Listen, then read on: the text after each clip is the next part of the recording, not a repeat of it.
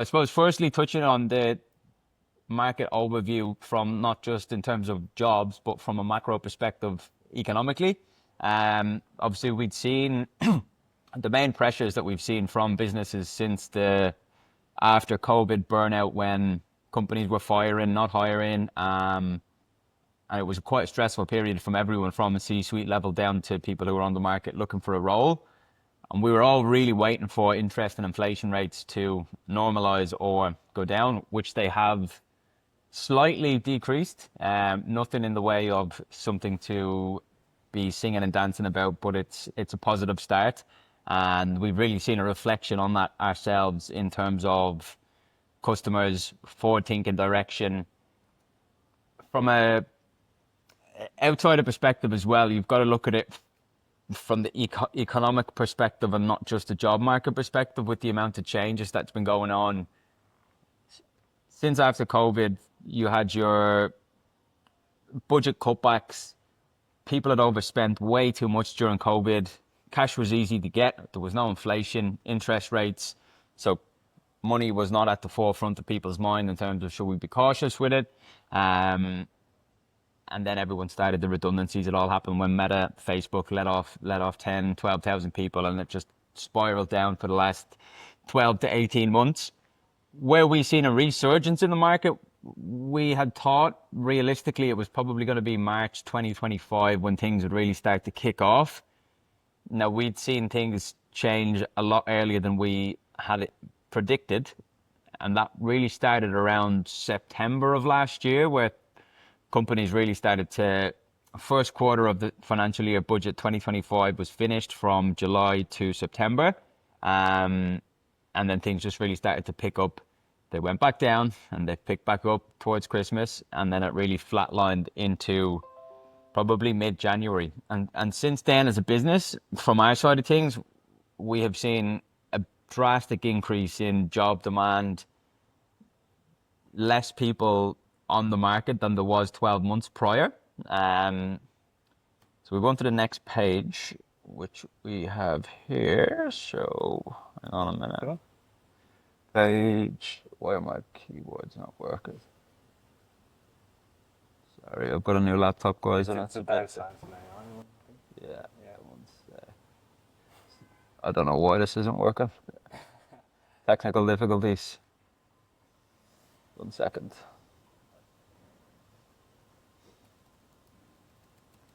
This is just not working. There we go. All right. Got there in the end. Right. Welcome back, guys. If you were here for the last one, good to see you again. I've seen some familiar names, and anyone that's new, welcome to these quarterly market reports. Seán will obviously go into the data engineering and BI/ML space, but for now, I'll cover the data science and AI area. Obviously, it's a hot topic in technology at the minute. Seems that every other role that you see is advertising some sort of AI component. I actually posted a poll, I should say, last week, asking for an audience opinion on what you guys are seeing in the market. You know, are people using AI as an attractive sort of title to maybe promote roles or the companies that they obviously are working for. And it seems that a lot of you guys think that it is a case of attaching the AI label to a traditional data engineering, data science, data related position to make the role appear more attractive. And it's a common trend when we look at what's been happening the past quarter in terms of the pivotal shift that we've seen in the AI and data science space. Now, there is a rapid adoption of new Gen AI projects, utilizing, the best and latest chatbot developments, whether it's large language models as well, to help automate processes and reduce costs in the long run. How the Australian market is doing in that adoption phase is still quite slow compared to other parts of the world, as you can imagine, which has always been the case and is quite natural. My advice to you is, if you are looking to step into the data and AI space as a data scientist or an aspiring AI specialist, is to really try and find out more about the company and the project that they're advertising. If you see a job ad for a large scale organization and you know someone who works there or know a recruiter that's worked with the business before, try and find out if they're actually being genuine about these AI projects, because there is a trend at the moment of advertising for these roles that have either not come to fruition or where the teams haven't been built yet. So you will be doing a lot of BAU tasks for at least the first 6 months of the position, and then maybe down the track once they've actually implemented a strategy, a roadmap, and started to make the right hires, will you then start to work on the latest and greatest Gen AI or AI-based projects? So just be wary that most companies are still in a transformation phase, whether that's through POCs or still employing external consultancies to do a majority of the work. You've probably seen the likes of your Accentures and your other large-scale consulting companies advertising for a number of different AI-based roles. It's because they're winning a number of projects in that space. The in-house side of things, if you don't want to get into consulting, is still of a slower uptake, but obviously there are some enterprise and some really cool startup companies here in Australia that are doing some really cool things. It comes back as well, though, like not just AI. Everybody's trying to run with AI, but you've got to peel it back to the very origin of where data comes from, and if it's not right at the start, data governance. Yeah. Like, I think that's where we've seen a bit of a resurgence in data governance as well, because people, you can't just make predictions and AI work with trash data, like trash in, trash out. You've got to get it right. So I think that's Absolutely. one of the main things why people are in a holding phase. They know what they think they can do with it, but they need to get the foundations right before they can run with it. Yeah, definitely. So that's another point, right, that we tend to advise our clients on. It's like focus on data quality and governance, like Sean's mentioned. A final point that I'll just mention for those job seeker challenges that you guys are seeing, there is a lot of intense competition, right, for these positions. So not just listing your skill set, I've worked on LLMs, or I've used RAGs before, or I've had some deep learning experience at university or even at the commercial level. Be specific about the projects that you've worked on. Highlight your specific influence and actual responsibilities in those roles, because that's what makes a candidate stand out on a CV. Because I guarantee you that most of the roles that you're seeing being advertised will have at least 100+ applicants if they're in the AI space. So it's a really tricky space to make yourself stand out. But what makes it really good is when you personalize it. So anything that's generic, and please don't use ChatGPT to formulate your CV, we can tell. So write it up yourself, fact check it, and then make it an honest representation. You're going to have a lot more success than just some generic jargon that looks good but isn't entirely accurate. I think that's... Yeah, we'll touch on to the data BI space, engineering. Definitely still always in demand. Again, it boils into you can't do AI unless you've got your data right from the start. It's still quite a flamboyant market.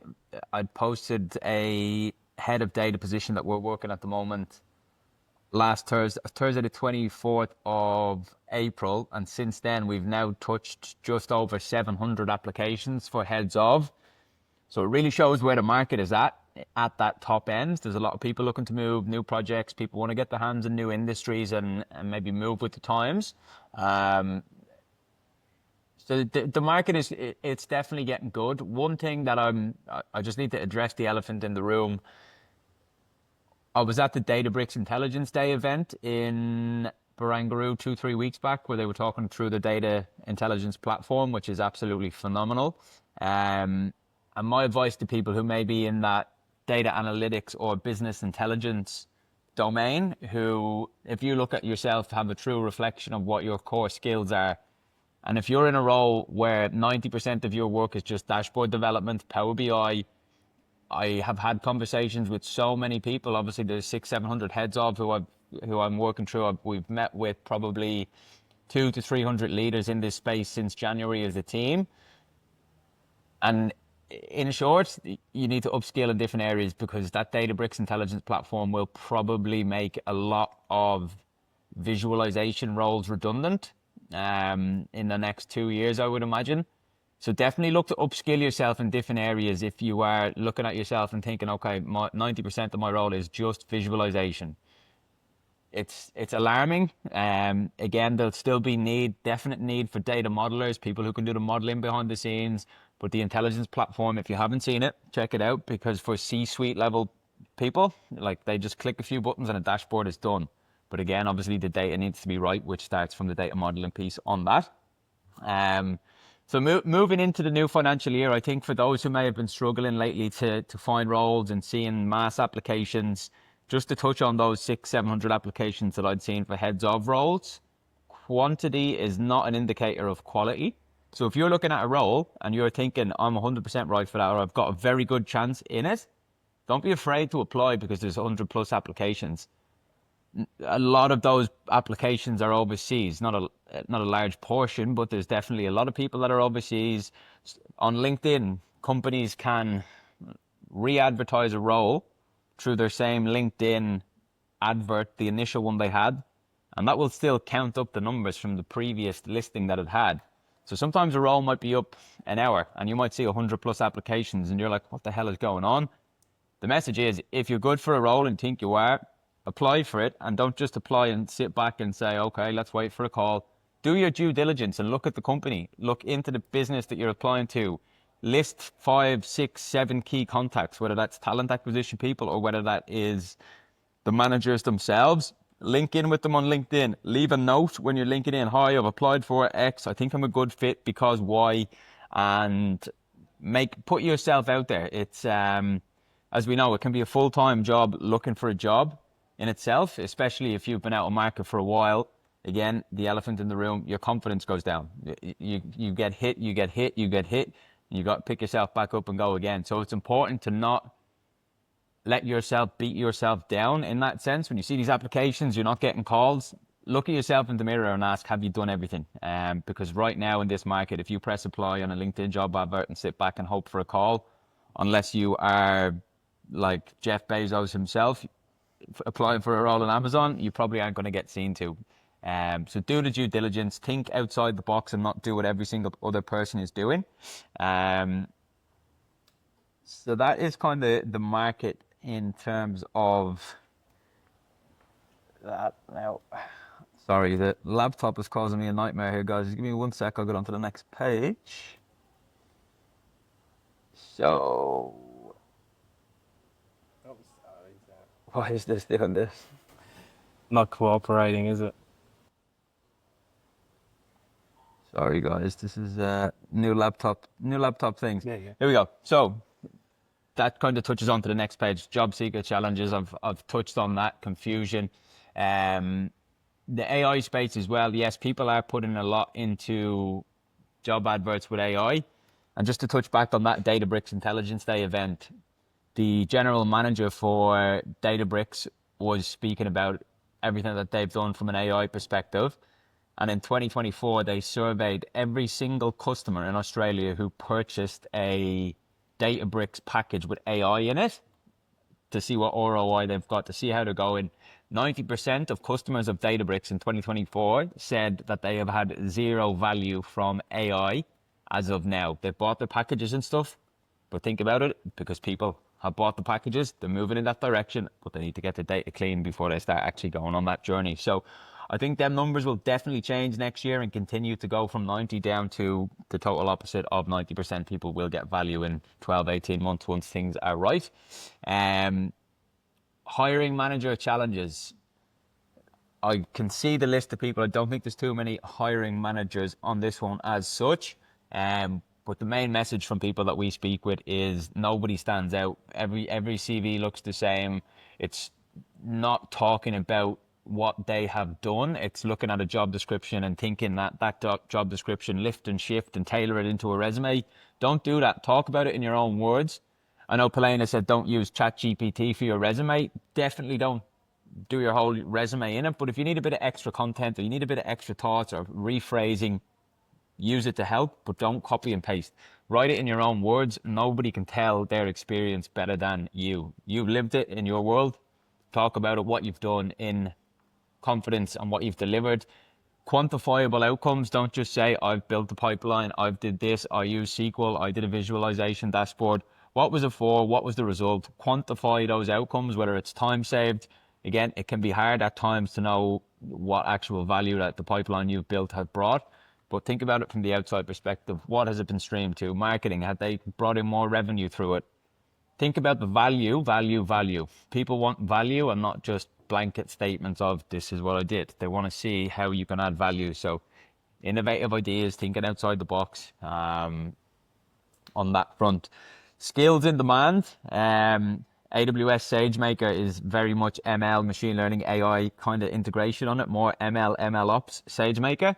That's definitely been something at the forefront of a lot of people's mind who we've spoke with. Databricks obviously is a no-brainer if you're in that Azure, Microsoft world. Certifications aren't going to get you in the door, but they'll show that you're doing a bit more than the average Joe on the market. PyTorch, TensorFlow, bit of an interlink with the AI space as well. That's more core machine learning model building for PyTorch, TensorFlow, and Fabric. If you haven't listened to the podcast that we've done on Fabric, myself and Polain did one with Michael Pina, the MVP for Fabric Australia and Azure AI services last week. It's been released on YouTube. It's on our LinkedIn's, the links. It's on Spotify and YouTube. If you want to know anything about it, that covers literally the whole picture of everything, comparisons to Synapse, why it's so easy to use. And that's something that I think is going to become a lot more in demand very, very soon. Industry-wise, energy, utilities, med device, and SaaS. Maybe scratch SaaS off compared to the three above because energy, utilities, and med tech are absolutely booming. Obviously, the integration of AI into the medical device and med tech and health industry in itself has a lot of potential to bring that industry to new heights and transform health of people's health and transform that industry totally. And then energy, we're obviously seeing the renewable sector booming, utility filters into that. So if you're in a position where you're thinking, am I in a company that's boring? You want a new challenge, you want to look forward, you want to think futuristic. If you don't want to be made redundant as a visualization developer, think what industries can you get into that is forward moving and not just this is the way we always did it type thing. But yeah, I think that's kind of the overview on that one. Yeah, guys, just on the other page where you see rates and salaries, be mindful that that's primarily data we get from the Sydney and Melbourne markets. So if you're comparing yourself to Adelaide or Brisbane or Perth, those growing areas that are doing some really interesting, I suppose, growth in technology, don't compare yourself to that metric, because I've had someone DM me saying, I'm a senior data scientist, but I'm only getting X amount, but I live in sort of rural Adelaide or I'm working remotely. So take this with not a grain of salt. It is really good data that we get from our dashboard that we release to a very large audience of our CRM who give us this information in addition to job briefings that we get with our clients. I think we've got 200 plus across our board. So if you have any specific questions on those salaries and you want to compare your own situation, DM myself or Sean, and we can give you a bit more insight as to what your particular situation may be, just so you don't feel down or you're unsure that you're getting paid correctly, essentially. So that's something I wanted to note as well. Yeah. And one final thing, I suppose, just on the job seeker perspective. So obviously there's people who are in jobs who are happy and get contacted by recruiters. You don't need to have your LinkedIn up to date. But if you're in a position where your contract is finished and you haven't had a role in the last week, 2 weeks, month, 2 months, or you're in a permanent position, you're really unhappy with management, make sure your LinkedIn is as up to date as you can be. LinkedIn should almost replicate your CV. Get a new profile photo. Definitely have your open to work banner. I absolutely hate that topic of people saying open to work makes you look desperate. The people who say that, I won't even go there. Have it there. It's for a reason. I've placed a lot of people this year who've had that banner on, and if they didn't have that banner on, I might not have seen them. So lead with that you are open to work, because it's nothing to be ashamed of. You're open to work. You're looking for a job. You can bring value to the market. So don't hold back on that front. With the LinkedIn, etc. as well. So just to touch on posting, you see value. Everyone's talking value. They want value. we post a lot on LinkedIn, giving value of reports, stories, things, tips, tricks, anything that we can do that not just talk about your traditional recruitment, but to give value back to people. So think about it from your perspective as well. If you're a job seeker that's been on the market a little bit longer than expected, or if you're in a permanent position and you might be very happy in it, but you're thinking you might want to move. If you want to do that very confidentially, start posting on LinkedIn, post your stories, post what you've done, have a reflection, think outside the box, and start posting on LinkedIn. Get engaging content so that people can see you're active, people can see what you're talking about, people can see what you like. If you've got any really good success stories from projects you've done, problems you've had on projects that you've solved it, even look at some of people in LinkedIn's or on Precision's LinkedIn as to the type of content that we post, and maybe then kind of tailor that into your own content of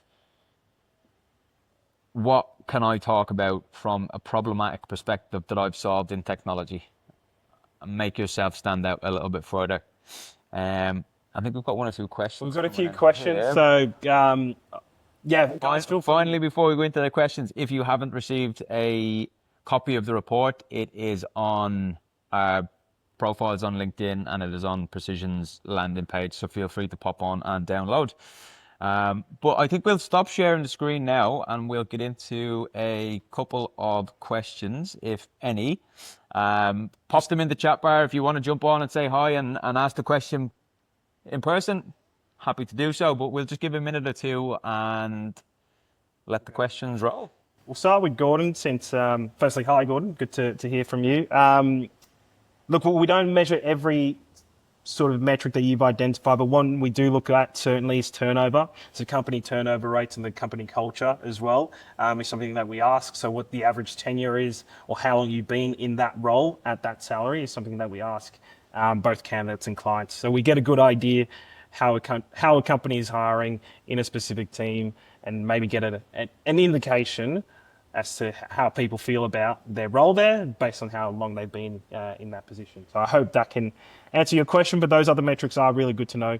It's a good question. Yeah. You can as well, Gordon, go on to companies' LinkedIn profiles and scroll down to the very bottom of the page and it will give you the average tenure of that business. You don't need any LinkedIn licensing or recruiter platforms or anything like that. Anyone can see it once you've got a profile.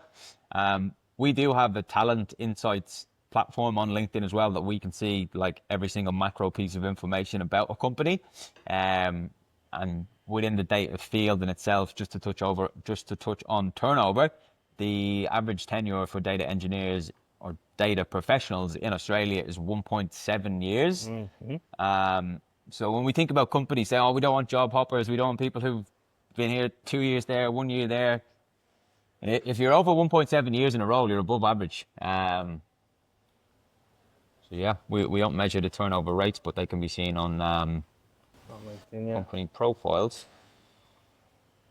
So we'll just wait a couple of minutes. We'll give it till 1:01 p.m. for any more questions to flow in. If you don't want to ask questions and you want to DM us directly, feel free to do so. Just give us a bit of patience. Sorry, Mr. Beale, I just wondering if the mic is picking up. Monica, yes, it's definitely picking up. Hi, Monica, I know you. It is definitely picking up. I think where we're at right now is it's two different sides of the coin for businesses. So it's May at the moment. End of financial year is the end of June for 90% of businesses in Australia. So we always see it in recruitment as either a crazy scramble right now to get rid of budget that people have for 2025 financial year because they don't have a view of what is to come from a budgetary perspective next year. And then there's a total opposite of companies who have zero budget now but have a really clear picture of what they want to do next year.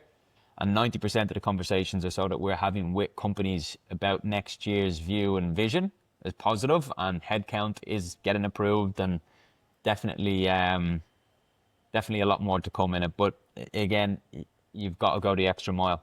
Got to go the extra mile. Yes, there will be jobs, but people apply for jobs. So you've got to stand out and do your extra due diligence with following up with your recruiter, checking in with hiring managers, building your network, building your personal brand, talking about stories. I know, Monica, you're very good on that visualization front. So put up some stories about what you've done visualization-wise. Put up stories and talk your real-life experience.